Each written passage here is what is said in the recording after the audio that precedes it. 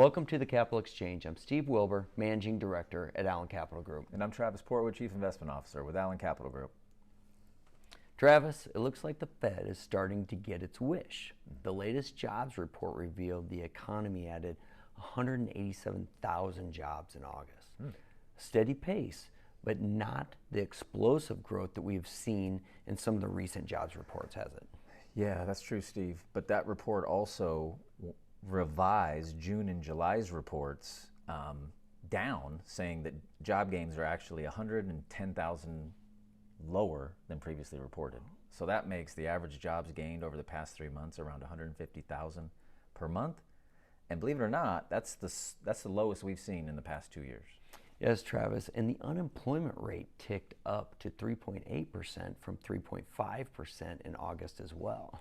I know what everybody's thinking. How can you add jobs last month and have the unemployment rate move up? It's because 736,000 more people joined the workforce or started actually looking for jobs. And in fact, the workforce participation among 25 to 54, which is the prime working age, was 83%. And that is the highest that we've seen in 2 decades. Okay, Steve, so why does all this employment data matter to markets? The supply of new workers helps fill the demand for labor in the economy, right? So if we satisfy labor demand, wage growth should begin to plateau, and we actually only saw 0.2% growth last month in that latest report you referenced. So slowing wage growth theoretically leads to slower consumer spending, assuming they don't overutilize credit. We've talked about that in the past, and unfortunately, consumers have a tendency to use credit. Yes.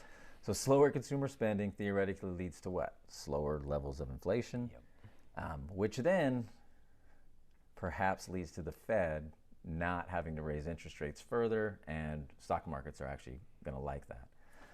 However, at this point, it's probably more important to focus not on how high rates have to go, but how long they have to stay higher for the Fed to achieve that inflation target of 2% they're trying to get to. We think it might be longer than most people anticipate.